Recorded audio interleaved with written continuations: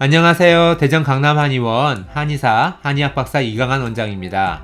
제가 구강자결감 증후군 환자분들을 치료하다 보면 여러가지 질문을 받게 되는데요.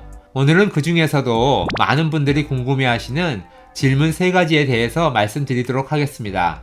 제일 많이 하시는 질문 중 첫 번째는 치료할 때 먹지 말아야 할 음식이나 먹으면 좋은 음식은 어떤 것인지인데요.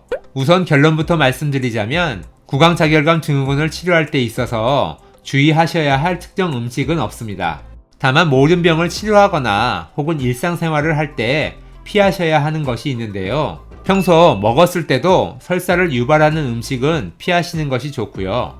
고춧가루가 많이 들어가는 음식도 피하시는 것이 좋습니다. 고춧가루, 특히 캡사이신은 구강자결감 증후군을 심하게 하지는 않습니다. 오히려 소량을 사용하면 구강자결감 증후군에 도움을 준다는 논문도 있습니다. 그런데도 피하는 것이 좋다고 말씀드리는 이유는 고춧가루가 들어간 음식을 먹고 난 뒤 통증이 오래 유지되기 때문입니다. 건강하신 분들은 매운 음식을 드신 뒤에 20-30분 정도면 거의 불편감이 소실되지만 구강자결감 증후군 환자분들의 경우 불편감이 서너 시간 이상 지속되기 때문에 환자분들이 힘들어 하시게 됩니다. 그래서 가급적 덜 드시는 것이 좋다고 말씀을 드리는 것입니다. 그리고 알코올이나 카페인 혹은 다이어트 약 등에 예민하신 분들은 피하시는 것이 좋습니다. 구강 관련 질환이나 혀에 영향을 주는 질환들은 대부분 심장과 연관이 있습니다. 그런데 알코올, 카페인, 다이어트 약 등은 이 심장에 영향을 많이 끼치게 됩니다. 따라서 심장에 영향을 줄 수 있는 이 3가지 식품류는 피하시는 것이 좋습니다.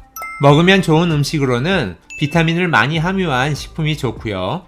비타민 B 관련 영양제들도 꾸준히 복용하시면 도움을 받을 수 있습니다. 그리고 음식보다 더 좋은 것은 수면입니다. 수면을 충분히 취하시는 것이 병을 치료함에 있어서 제일 중요합니다.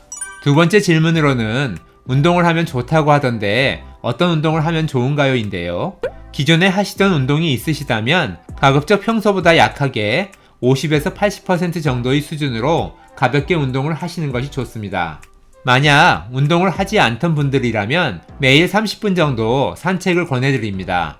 흔히들 건강에 좋다고 하는 근력 운동이나 등산, 달리기, 필라테스, 요가 등 근육을 강화시키는 운동은 절대로 시작하시면 안 됩니다. 운동 자체가 처음에는 몸에 부담을 주는 것이기 때문에 구강자결감 증후군의 증상을 더 악화시키는 경우가 있기 때문입니다. 마지막 질문으로는 정신과 약을 먹는 것이 너무 부담스러워서 약을 끊고 싶은데 기존에 먹던 양약들을 끊어도 되나요? 입니다. 기존에 드시던 약들 중에서 혈압, 당뇨와 관련된 약들과 불안과 수면 안정을 위해서 복용하시는 정신과 약들은 끊으시면 안 됩니다. 정신과 약의 장기 복용에 관해 오해들이 많으신데요. 약을 오래 드신다고 문제가 되지 않습니다. 한약은 이런 약을 대신하는 약이 아니라 증상의 원인을 바로잡기 위해서 복용하시는 약이기 때문에 당뇨, 혈압, 수면제 등을 대신하지 못합니다. 기존의 상태를 그대로 유지하시면서 차츰 증상이 개선되시면 그 이후에 주치의 선생님과 상의 후 약의 분량을 조절하거나 끊는 것을 결정하셔야 하고요. 환자분 임의로 조절을 하시는 것은 피하셔야 합니다. 오늘은 구강자결감 증후군 환자분들을 치료하면서 받는 질문 중 가장 대표적인 질문 3가지를 말씀드렸습니다. 결론적으로 말씀드리면 소화장애를 일으키는 음식 이외에 금하실 음식은 없고요. 운동은 가급적 무리가 되지 않는 아주 가벼운 운동만 하시고요.